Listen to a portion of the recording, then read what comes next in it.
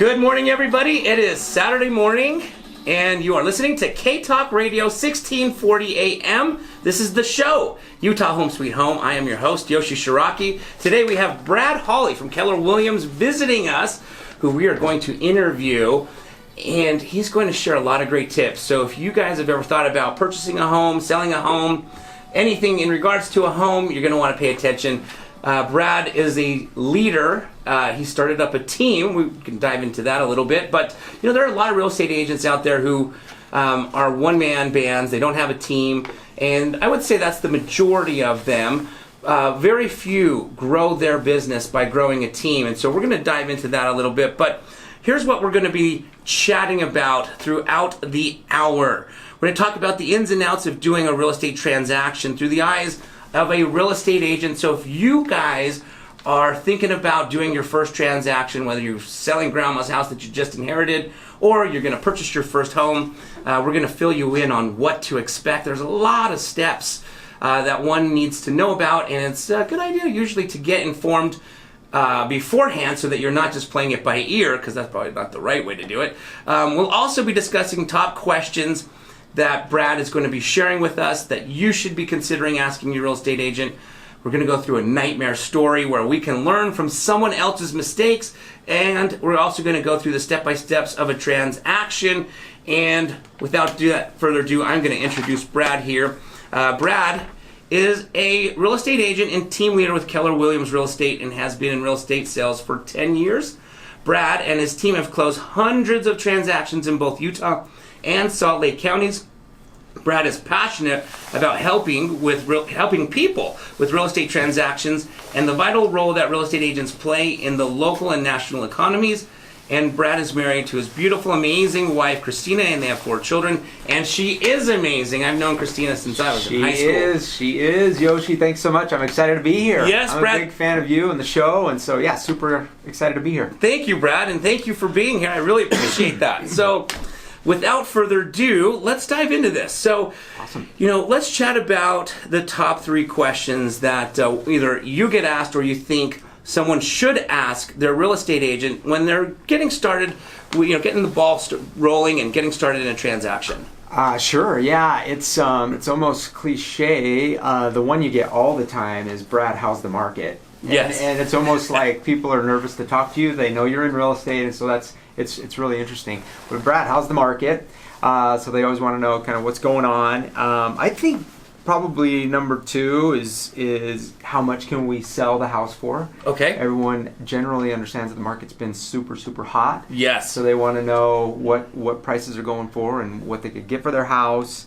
And then one that I'm starting to get a lot is it a good time? Is it a good time to sell? Is it a good time to buy? I think people are also thinking, this is crazy. It's kind of been super hot for so long, and yeah, is it a good time to do something? Yeah. Let's actually talk about that, if you don't mind. Sure. I have the theory that it's always a good time, whether it's up or down. You just got to find the right opportunity, right? It's always a good time to buy or sell. Investors typically never stop buying. They might buy more in a down market, but they don't turn off their business, for 7 years in an up market. Yeah. So what are your thoughts? Is it a good time? I think on the retail side, the consumer side, rates are incredibly low. I don't know how they're doing this. No kidding. Beyond my pay grade, and a lot of smarter people than me, but for some reason they're able to keep rates between 3.5% and 4% and pull those strings. So interest rates are super low. So from that standpoint, yeah, it is a great time to buy something. Prices, we've been in a strong seller's market for 10 years now. Right. And so you got to keep that in mind too. It's like, do I want to push that envelope on price? But I think if you're moving horizontally, price for price, and not being crazy about taking down something too big, it's still a great time to buy. I agree, and in my opinion, you hit it on the nose with interest rates being so low. Yeah. I mean, it's not quite borrowing free money, but it's pretty close relative to history. It's crazy how low, yeah.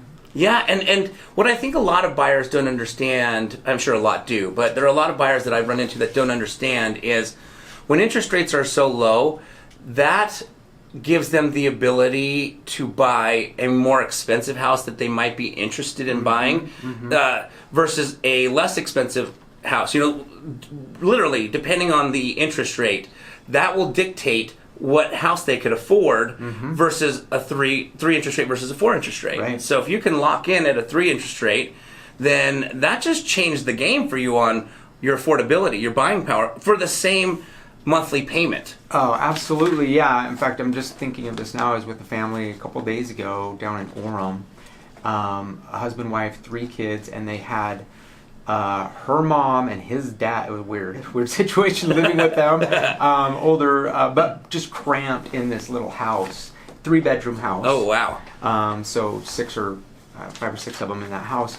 And when we kind of walked through interest rates and what they could get right now, I mean, they could get, a 3,000 square foot house for about the same payment across the way there in Vineyard. So yeah, it can really help a lot of people right now with interest rates so low. Absolutely. Okay, Brad, a question I get asked a lot when people are interviewing me as a real estate agent.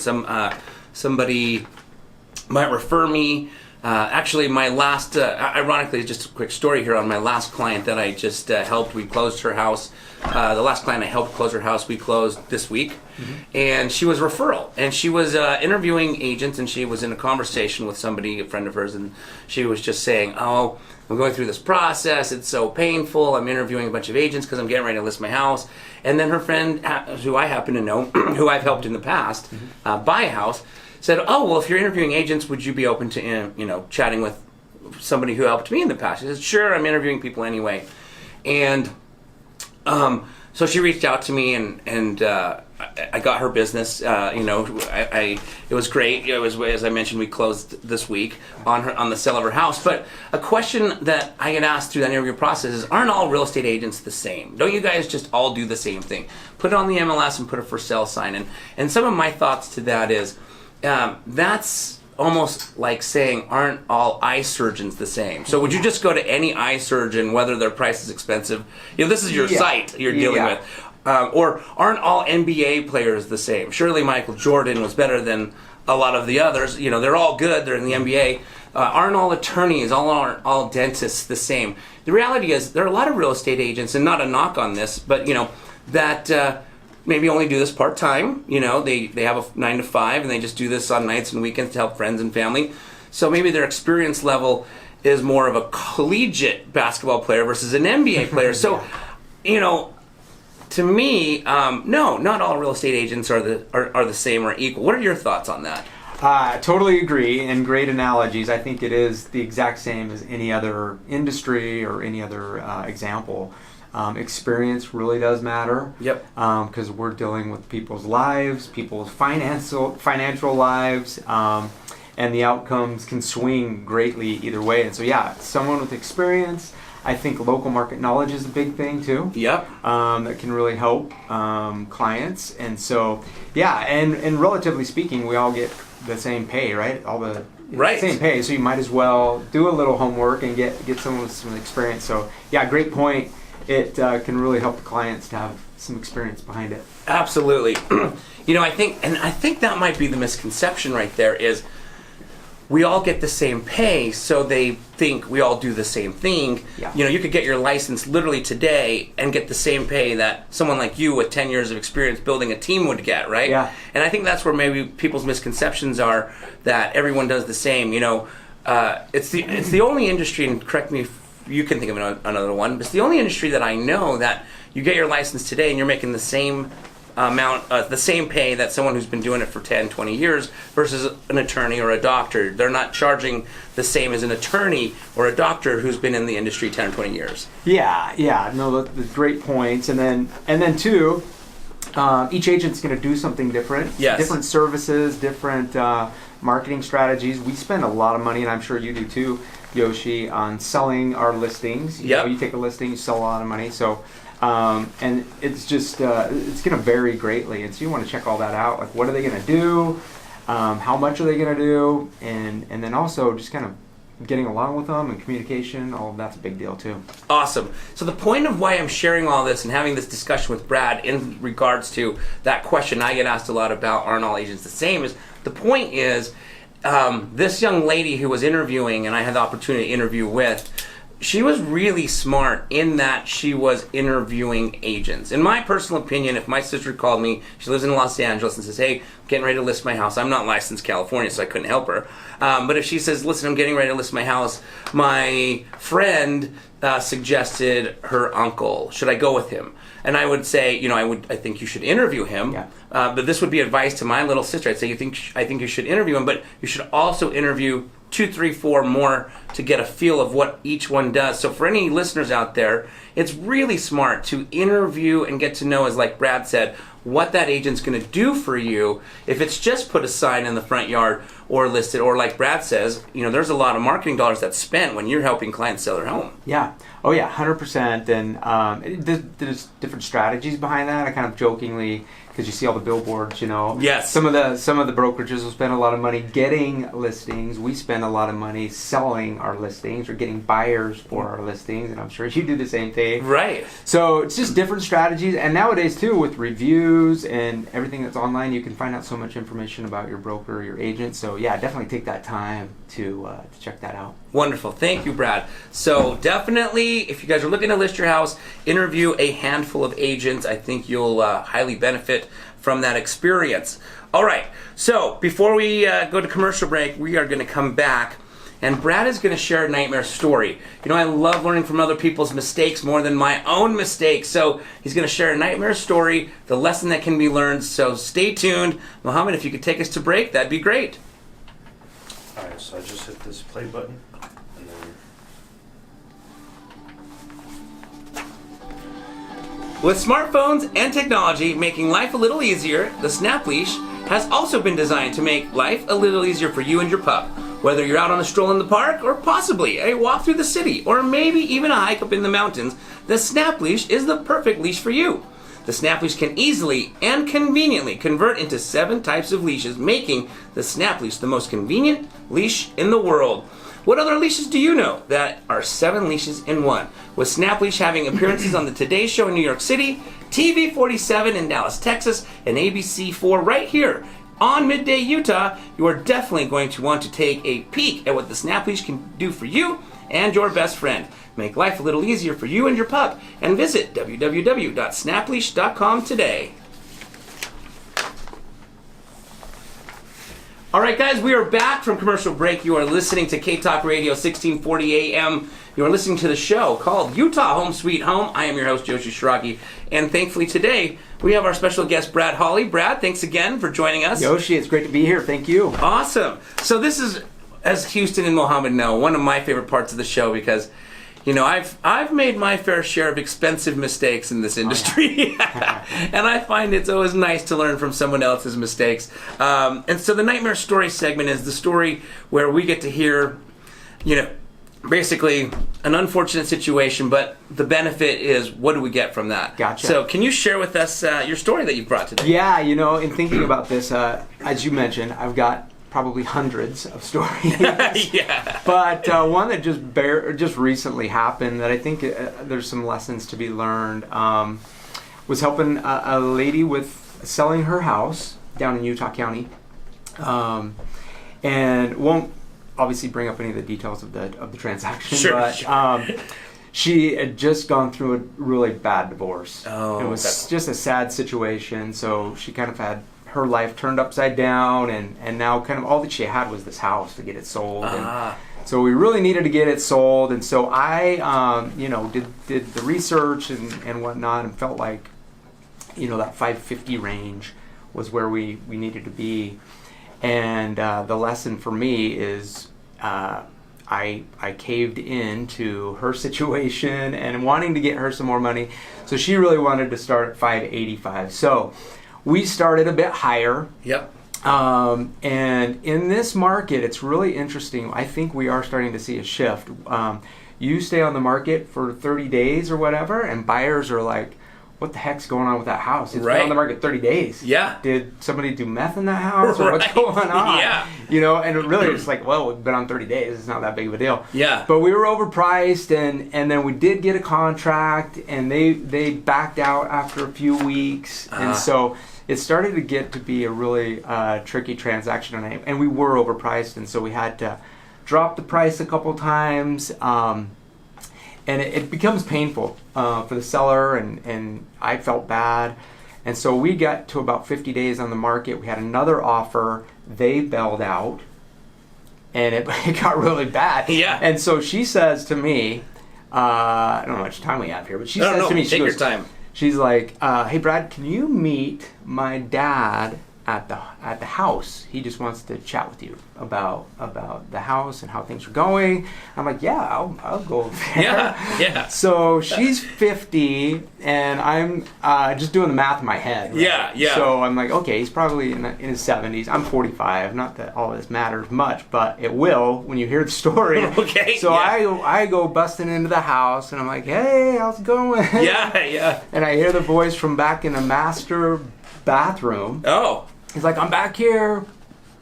So I go back, and I just walk up, kind of stretch out my hand to introduce myself, and he just comes at me like a bull in a china shop, like just mad and just kind of like charging me. It was kind of a surreal experience, and I'm like, what's going on here? Yeah. Is this guy? And he was just super upset about how long it had taken, about the fact that we had it under contract, that it fell through, and obviously he's a dad, and it's his daughter who's been through this horrific year and experience. Yes. But at that moment, they were mad at every man. well, he and I'm just everything. Yeah. Stopped. It's like that song from Pink Floyd, right? Your lips move, but I can't hear what you're saying. Like the world started. He was yelling at me, and I'm thinking, man, is he going to? And he was kind of lunging at me, and in my mind, I'm thinking, does he have a weapon? Right. I'm thinking he's 70, I'm 45. Could I get out of this alive? Yeah. Would I be able to live this down if I got beat up by a 70-year-old guy? What would my family think of me? So Right. all this going through, and it ended up, I mean, he just, and again, understanding his situation, he was super frustrated, super protective of his daughter. Yeah. But yeah, it was just crazy, and I think, one of your other questions that we were potentially going to talk about is just technology and the real estate agent. Are we always going to have a role in the transaction? And at least for me, I think in every transaction there is a certain level of emotion. Yeah. And this was obviously an extreme situation. Right. We talked each other down, and super crazy experience. But anyways, he left. We got back on the market, got it sold, ended up below what we had initially wanted. I think we ended up at like 535. Got it. And that's another lesson is, starting too high and trying to ease down into that price can a lot of times cost you. Yes. Because the market is saying, well, what's up with this house? Why is Right. And nothing was really wrong with the house. It was just we were overpriced. Yep. And so, anyways, a lot of fun, a lot of crazy. But yeah, I think just that element of emotion Yes. is something that technology, AI, it can never replace. And so there always is going to be a need for a human professional to be in there and helping the transaction get done. Absolutely. That reminds me of a situation. I helped a client. He got transferred here for work to Salt Lake, and basically he then was let go from the company with less than a year, and he bought a home. And so for him, he was really nervous about losing money, because if you buy a house and sell a house within 12 months, by the time you pay cost, you're probably going to be in the negative. Yeah. So he called me up as an introduction. I met this gentleman, and he didn't tell me that he only bought it a year ago. Actually, when I pulled comps, I realized, his house is like flip. Yeah, it was like just He just bought it. So I pulled comps and I said, ironically, and here's what's crazy is his next door neighbor. Now this is a development where every house was practically built the same, right? There's maybe 3 or 4 different styles, but they were all the same within there. And his next door neighbor was the exact same style home as his, and literally just sold 1 week ago from that day that I pulled these comps. So I said, when I sat down with the client, I said, the best comp that we could potentially ask for, which luckily for him was the highest comp in the neighborhood, within a half a mile, I should say, was this his next door neighbor. I said, this is probably where we should list your house. They just got this a week ago. And he's like, I can't ask that because I'll lose money. He goes, I have to ask much higher, right? Same exact situation as what you just shared. So I said, well, I don't know if you'll get someone who will pay you much higher, and if you do, I don't know if it'll even appraise for much higher, because this is the highest right now within a half a mile, and luckily for you, it's your next door neighbor, so I know we can get you this. Long story short, I basically, after going back and forth, because he kept saying, what are your thoughts? And I kept going back to that. I think this is where we should go. But it is your home. So if you feel that you need to list it at a price that you need to sell it at, I'm open to trying, but keep in mind, I don't recommend staying at that price for more than 14 days before lowering, because we don't want to be on the, like you said, market for too long, because people then start to wonder what's wrong with the house. And now he had already moved, so the house is vacant, right, by the time we listed. So was on the market for 14 days. I kept in touch with him once a week. And that second week I said, listen, I think we should lower the price. He said, no, let's keep staying at it. And so we were on the market for like 120 days before he finally realized, and I kept sending him updated comps saying, look, it's still the highest comp, before he finally lowered. And then when he lowered to what the price of his next door neighbor was, within I think a week we went under contract. And so buyers have so much information now, and so that is so easy for them to know when a home is overpriced. Right. I think too, we're at that point in the market where sellers still think that it's just business as usual. It's just crazy. We get multiple offers. Yes. And I think we may be tapering off a little bit. And so it's a unique time in the market where sellers are still shooting for the fences and buyers feel it. I think buyers understand. And so buyers are actually coming in lower on a lot of offers. We're seeing that. Right. And so there's this gap, right? There's this gap between what sellers think they can get the house sold for and what buyers think they should be able to get it for. Right. And so therein lies our expertise to help them through that. Exactly. And I'm going to share one nightmare story that I've experienced. It was actually on a property that I personally owned, fixed up and flipped. And you talked about how this lady went under contract twice. I'll ask you what's the most you've ever heard of here in a second of someone going in and out of contract. But the most I've ever heard of was my house. Oh, your personal house? No, one of my fix and flips. Nice. It was in Midvale. We were under contract 6 times and finally sold to the 6th buyer. And it was a beautiful fix and flip. Like, we remodeled this gorgeous and listed it at the right price in my personal opinion. However, so obviously we got 6 offers. We were under contract 6 times, so no one was hesitating on the price. But something that I realized early in the transaction after I bought it is, and I was crossing my fingers it wouldn't be a problem, but the next door neighbor was dealing drugs.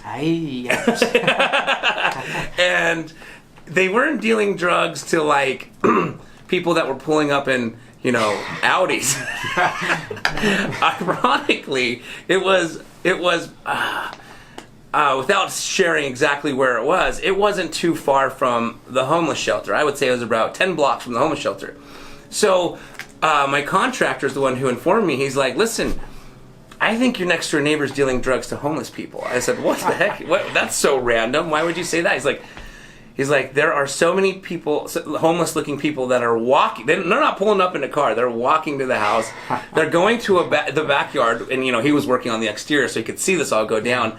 They are giving someone money through the window well, and she's handing something up through the window well.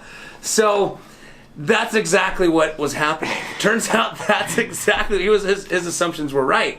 And so what was happening is, as we held this house while we were remodeling it, and every time I'd go visit, there would always be 1 to 3 homeless people in that area, in that front yard, talking to them or whatever. So when we'd go under contract, because people fell in love with the house during their due diligence period, they would go and do the home inspection or whatever. Meet the neighbors, and they'd see the next door neighbor, and all these homeless people. That's and I know that that's the reason they backed out, because I asked every agent that canceled on their client, canceled the contract for their client, if you don't mind me asking, why did you cancel? And they're like, well, they didn't love your neighbors. I was like, oh, what didn't they love about them? I'm curious. That's a tough sell. Yes. A tough sell. So ironically, what saved me, or I'd probably still own the house today, is the family that was living there ended up losing the home to foreclosure, and so the bank ended up obviously coming in and evicting them. I think the sheriff even came and evicted them, and they left the house. And then ironically, once that house was vacant, our 6th buyer closed. That's crazy. Yes. So the lesson, piece. yes, the lesson there is, get to know the neighbors during your due diligence period. All right. Just out of curiosity, have you heard of any house going in and out of contract more than 6 times? 6 is up there. Okay. 6 is up there, but not uncommon for once or twice. Yeah. There's always something. Inspections, and depending on how the inspector goes through the report with people, they have a lot to do with whether or not emotions run high and it blows up. Right. So yeah, there's always a good chance of at least once. I agree. Yeah, once is totally normal. Twice is even kind of normal. 6 created a lot of stress. I couldn't believe it. By the 3rd time, I was like, you got to be kidding me. And then 4th time, and then 5th time. And then by the 6th time, I was like, this has to sell. The people have been evicted by the bank. Thankfully, it did. Awesome. Well, guys, when we come back, we're going to be talking about the step-by-step of a real estate transaction, so you guys can understand what goes down. If you've never sold or bought a house, then you're going to want to stay tuned so you can be aware of what to expect. All right, Mohammed, please take us to break. All right, we are back. You guys are listening to K-Talk Radio, 1640 AM. This is the show, Utah Home Sweet Home. I'm your host, Yoshi Shiraki, and our special guest today is Brad Hawley. Brad, thank you for joining me again. You got it, Yoshi. Awesome. Great to be here. Well, thank you. So what I wanted to do now is kind of go over the steps of a real estate transaction. Just so, let's say somebody is thinking about selling their home. Maybe they've never been through the process. They just inherited grandma's house, and they're like, oh my gosh, we're going to have to sell grandma's house now. We've never done this. Should we do it on our own? Should we not do it on our own? There's a million questions. They go online, they research, and then in the case of the client that I mentioned earlier, they get referred to you. Now, walk us through the steps of the very first thing that happens when this person reaches out to you and says, Brad, would you help me sell my grandma's house? Yeah, you bet. The very first thing is I love to do some research on the house. Okay. So we have a lot of tools to go back through tax data and past sales and really get a feel for the history of the house. And then a big one, especially in today's market, is really diving into the recent sales in that neighborhood, getting a feel for pricing, because that's really, really important, as we've talked about, to price the home correctly. Yep. And then I really want to know a lot about them, about their situation, and kind of an ideal outcome in selling the house, timing, all of that. And then obviously we've set up a time to go out there and meet them and walk through the house. We take a lot of time during that presentation to go over our marketing plan, what we're going to do to professional photos. We're big on open houses. We do a lot of online marketing for our homes, and so we'll go through and kind of explain all of that. And then we do prep them on just the what they should be prepared for. Yep. Emotionally, like we've talked about. Yeah. Generally speaking, the time it takes to get on the market. We go through and explain scenarios of showings depending on if it's occupied or not. Sounds like this example, it might be a vacant house, let's say. Okay. So that makes it a lot easier. But then, just walking them through ahead of time. I like to tell them kind of where we are in the market, what to expect.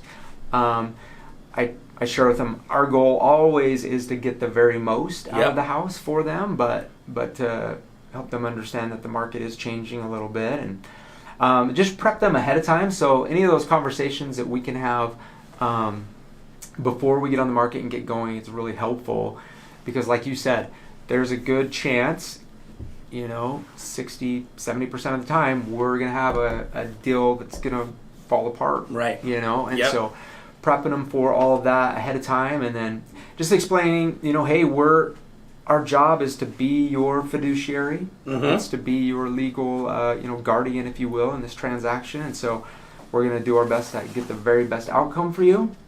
And then also we're going to be super communicative throughout the process. We'll be calling frequently and texting and emailing and get you all the information on what's going on. Just a lot of communication and helping them understand the process and answering questions and getting them started that way. Great. I read in an article put out by, I couldn't remember if it was the local board here in Utah, Board of Realtors, or national. I think it was actually the National Board of Realtors. The number one complaint when they interviewed a bunch of clients in regards to real estate agents was the lack of communication. 100%, yeah. Yeah. That's true. So that's awesome that you guys do a lot of communication. You touched on open house. So I'd love to ask you some questions about that. So let's say you've gone through this process, now you're listing it. And correct me if I'm wrong, I'm assuming now that you've listed it, the very next step is the open house, because now you've got it on the market. Yeah. So how does that go down? We typically do that. Yeah, so we get professional photos, we get a really big online campaign going, and then we like to have that line up, preferably that first weekend if we can. Because as you know, when a house hits the market, yes, that's a big splash. Yes. If you're priced correctly and it's a nice house in a nice area, that's going to make a big splash on the market. So if you can double that all up with an open house. So I love to list a house on a Tuesday, Wednesday. Yep. Get everything rolling, and then actually restrict showings a little bit until the open house. Very nice. On Saturday. I don't know if that's legal with the Board of Realtors or not, if we're supposed to do that or not, but that's kind of what we do. I think a lot of agents do. Yeah. Another agent shared that he does that. It's a great way. It helps the seller out 100%. Yes. Because you've got an open house now with 30 people walking through the open house. Right. And you really create that price or push that price up and create scarcity. And anyways, a lot of great things happen from the open house. And I think open houses are becoming more and more popular. I agree.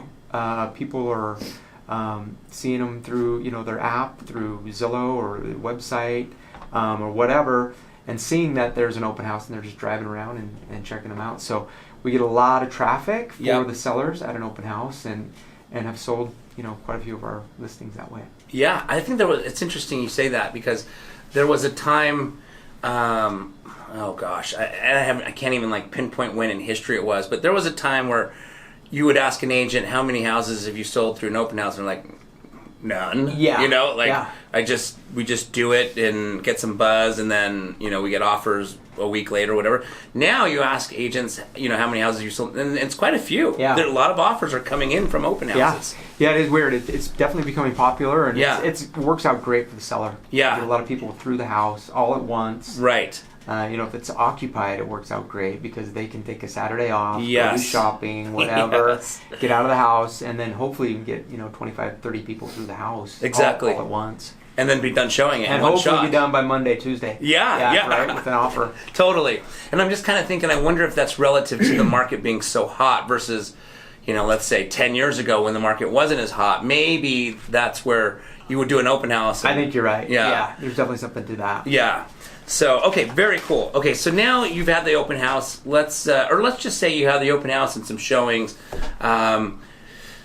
You now start getting some offers. So from there, I'm assuming that's probably the next step that you're going to probably talk about is now offers are coming in. Mm-hmm. Let's just say hypothetically that, a lot of buyers will say they'll look at the price and only the price, right, of a contract. And that doesn't necessarily mean that's the strongest offer. So, just really quickly here, someone can, let's say you have two offers. One is $2,000 more than the other, but one can close cash in 7 days, 10 days, 12 days. One's financing. It's $2,000 more, but it's financing for 45 days. Yeah. Maybe one has a 3-day due diligence, one has a 16-day due diligence. Would you mind just talking a little bit about like, the contract? These offers come in, and strongest offer is not always the highest offer. Sure. Yeah, that's a great points you're making there, because they are also different, the offers. So yeah, what we like to do is, if it is a multiple offer situation, which is ideal, we actually build out a Google spreadsheet, and we line it so from that number standpoint, they can see just straight up numbers comparing apples to apples. We have the title company prepare that, what we call a net sheet. So Nice. they can really get a feel for monetarily where they would be. Right. But what you're talking about is super important, like the non-tangibles of how strong of a buyer are they. Yeah. So we love to call the buyer agent and get in contact with the lender if we can. And Excellent. really do some questioning with the lender. You mentioned cash versus financing. And it's up to the seller what they may or may not want to do there. But yeah, just a lot of due diligence. We're, I think, really good at negotiating those. If it is multiple offers, we can let everybody know that it's multiple offer. That is a great way to get everybody to do kind of a highest and best, we call it. So there's a lot of strategies there. But just being a super open book and getting as much information as you can to your seller, and then consulting with them, based on your experience, on what would the best option be for them. That's awesome. Yeah, going forward. Very cool. I love what you just said. Due diligence on the buyer. I wrote that down really quickly. I'm working a transaction right now that we're listing, and we've listed. Mm-hmm. We're the listing agent, and we got an offer that's contingent on the sale of their house. Yeah. So you have buyer number one, who I have no idea who they are because they're buying buyer number two's house. Uh-huh. And buyer number two is buying buyer number three's house, which is the house I'm listing. Domino Yes. deal, yeah. So me as the agent, what I ended up having to do is exactly what you said. We did due diligence on the buyer of our house. Found out he was a strong borrower, talked to the loan officer, everything looked good. But because he's contingent on buying our house, on selling his house, then I had to go do due diligence on that buyer, who I have no idea who they are. So I had to ask buyer number two's agent for buyer number one's information, and loan officer and agent, and had to have a conversation with them because I needed to know the strength of buyer number one could perform to buy number two, because if they couldn't perform to buy number two wouldn't buy our listing.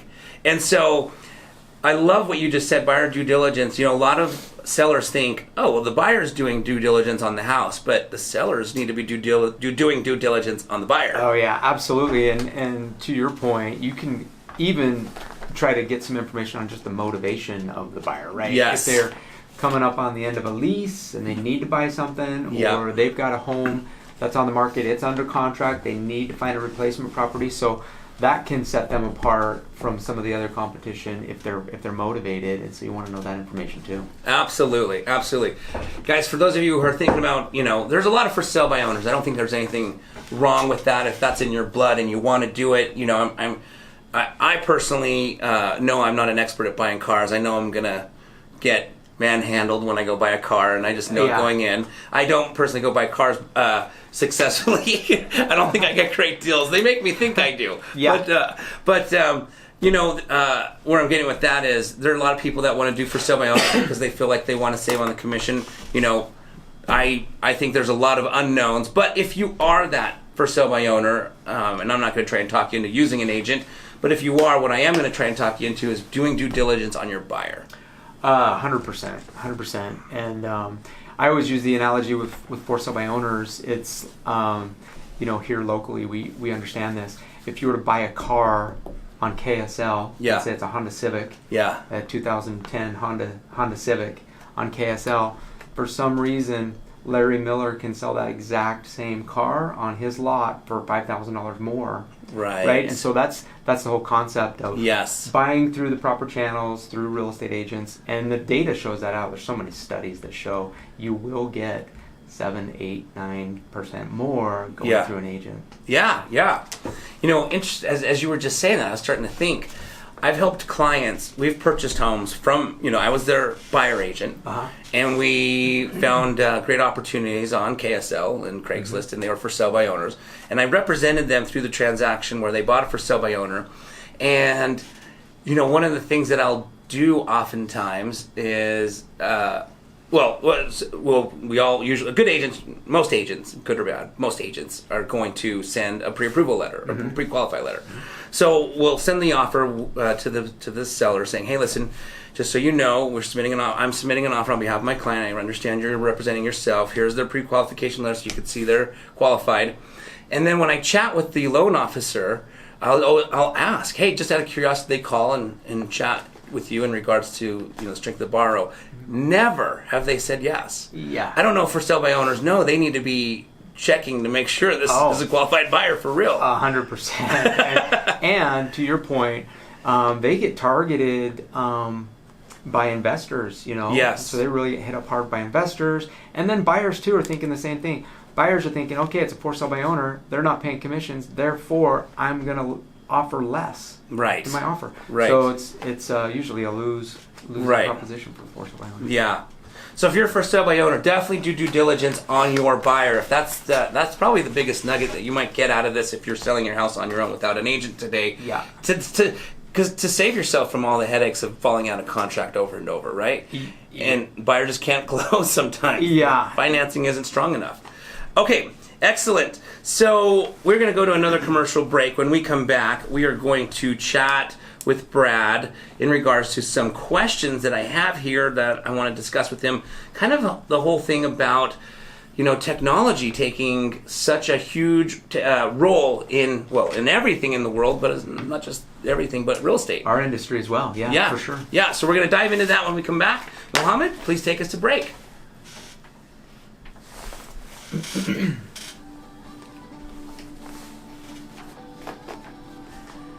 With smartphones and technology making life a little easier, the Snap Leash has also been designed to make life a little easier for you and your pup. Whether you're out on a stroll in the park, or possibly a walk through the city, or maybe even a hike up in the mountains, the Snap Leash is the perfect leash for you. The Snap Leash can easily and conveniently convert into 7 types of leashes, making the Snap Leash the most convenient leash in the world. What other leash do you know that is 7 leashes in one?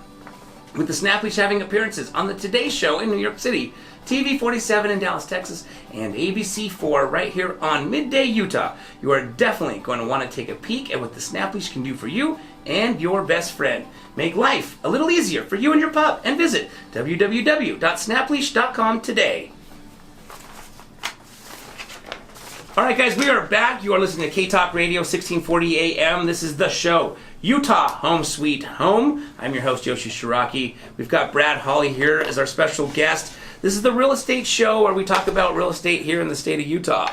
So, Brad, we've been going through transactions. Wanted to get to ask some of these questions here about iBuyers and just technology. There's Zillow out there. There's all sorts of websites that one could utilize to start to get educated in real estate on their own. And again, I'm never going to try and talk someone out of being a for sale by owner if that's what they want to do. We're here in Utah, we're a do-it-yourself state. Oh, for sure. The pioneers. For sure. I mean, wasn't Utah like the highest market for the Flowbee? Yeah, that's right. Yeah, no, it's totally true. It's baked into our culture for sure. Yes. So, what are your thoughts on iBuyers and technology in general? Yeah, so, it's very fascinating. Technology is just increasing so rapidly. I'm not going to put my head in the sand and say that it can't come to our industry and wipe out the agent eventually, and everything's just done, online or whatever. There's a guy I listened to the other day who was talking about, if Amazon gets into the business, which I do think they actually have a partnership with Berkshire Hathaway. Oh, wow. Cool. Doing some things. But, painting a picture of, okay, you don't need an agent to get in the house. You just show up and the Nest camera lets you into the house, unlocks the door. They get your identity. You can get in through an app or something. You walk through the house and Alexa is kind of guiding you through the house. Amazing. So you can see, and you can actually imagine that not being too far off either. And so I'm not naive to think that it's coming, and there's going to be some adjustments to our traditional industry. Mm-hmm. However, what we talked about earlier, and just the emotional piece of and how many moving parts there are in a transaction. I think things will change going into the future, but I think there will always be a need for a human advisor, to help you through, some of the challenges and the craziness of a transaction. And so it'll be interesting to see how things all shake out. But yeah. The iBuyer question is really interesting. So that's, if you're familiar and your listeners. Yeah, what is an iBuyer, if you don't mind diving into that? So that's getting popular in other states. I know it's really popular down in Phoenix right now. Zillow's getting into this space, and a lot of big hedge funds are getting into this space where they'll come in and say, hey, we will buy your house they're calling it market value. Okay. But it's just an instant offer. So that's the I. Okay. And they'll cash you out. And you get to pick like when you want to move out. You don't have to deal with showings. You don't have to deal with anything. So it's appealing. The caveat is then there's a convenience fee. In Zillow's case, it's anywhere from 9 to 12%. So instead of paying an agent, 5 or 6% to sell your house and deal with the showings and some of that, you just take the offer from Zillow and pick your date, get the cash, but you are turning around and paying them 10%. So interesting. Yes. I think we as agents will be able to use that as an option for our clients.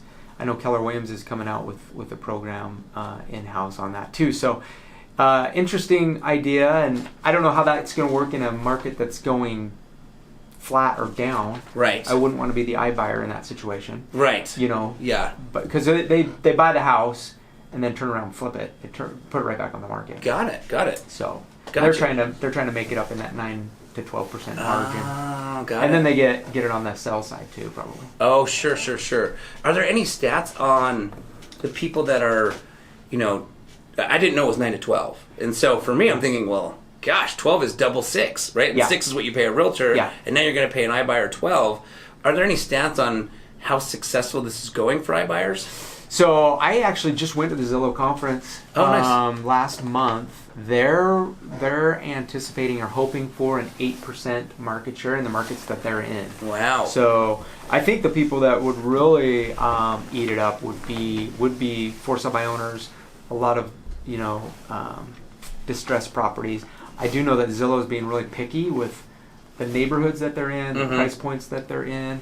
But yeah, their target, they figure they can disrupt the for sale by owner space, and then also, the discounter investor space. So. Got it. Yeah, I can totally see that interrupting the investor space. It just it's mind-boggling to think someone would sell their house for double the commission to an iBuyer than a real estate agent if their house is beautiful already. Yeah, they're banking on people having such a hard time with doing showings and just how inconvenient that can be. Sure. Just to wash their hands of that and just throw in the towel and give Zillow 10% of the money, right? Right. So I guess it's kind of like similar to your example. You can sell your car on KSL, or you can go trade it in for less, right? You can probably get a little bit more, but you can go trade it in and just be done with it. Right. Yeah, so it's the trade-in. Exactly. Take it to Larry H. Miller, and he'll lowball you, but you're done with it. Yeah. Okay, that's cool. All right, so how, if you don't mind sharing, I'm going to ask you a question on prices here, because we have gone up for so long continuously. How much higher can prices rise here along the Wasatch Front? Do you have a prediction for the next 6 to 12 months? I have been wrong with predictions in the past, Joshi. I actually did a video to my clients about this time last year saying this is the top of the market. Yeah. Sell now, get out while you can, and we're up another 8% or whatever. I saw a lot of agents create videos like that. So I don't know how it's all working. I don't know how they're artificially keeping interest rates low. Yeah. But they are. I don't know how, they're telling us it's an awesome economy and stock market's at a record high, but yet they're cutting interest rates. Remember back in the day when the economy was bad, Yeah. that's when they would cut interest rates? Yeah. Now the economy's on fire, the stock market's through the roof, Yes. and they're cutting interest rates. So a lot of stuff it's just not adding up. Yeah. Plus, we've been in a super crazy seller's market for like 10, 11 years. Right. So something does have to give. I'm not going to be so bold as to say it's right now, but I would say in the next 24 months, it's got to start switching back over to a buyer's market. Awesome. All right, excellent. Well, we've got 2 minutes left on the show, and I wanted to get you this last question. If you could take 30 seconds and just give your thoughts on, because it is the holidays. Are the holidays a good time to sell, Brad? You know, I get that question a lot, and I actually think they are. Buying interest rates are super great right now, so if you find a great house, don't hesitate. Selling, the nice thing about selling right now is your competition is super, super low. Because everyone's thinking the same thing. Hey, we'll get on the market in March or Right. April, and then all of a sudden you've got 13 homes that you're competing with. Yes. As opposed to being on the market right now. Yeah. You're dealing with less buyers. Right. And the buyers out there right now are serious. Yeah. Great point. Excellent. Well, guys, if you have missed any of this show and you want to check it out, you can go to our website, www.utahhomesweethome.com, click on the social media links and watch any of this. If you'd like to get in touch with me, you can at 801-810-4475. Brad, how can our listeners get in touch with you? So you can go to our website, utahhomes44.com. But yeah, reach out anytime. My cell phone is 801-380-9856, and happy to help in any way, answer questions, and help out any way we can. Wonderful. Do you have an email address you want to share? Or Sure. Okay. It's just Brad at utahhomes44.com. Wonderful. Excellent. Well, Brad, I wanted to thank you again for joining My us pleasure. today, It's been a sharing lot of all these fun. wonderful tips. Guys, I enjoy having you all on the show. I hope you all have a spectacular weekend. And on that note, I will see you all, or you can hear me all, I guess, next week. Awesome. Thanks, Mohammed. Thanks, Houston. And thanks, Brad. You got it. Thank you. Let me hit the Facebooks. Yosh, nice job, buddy. Thanks, buddy. I appreciate that. that's fun. Yeah. Yeah.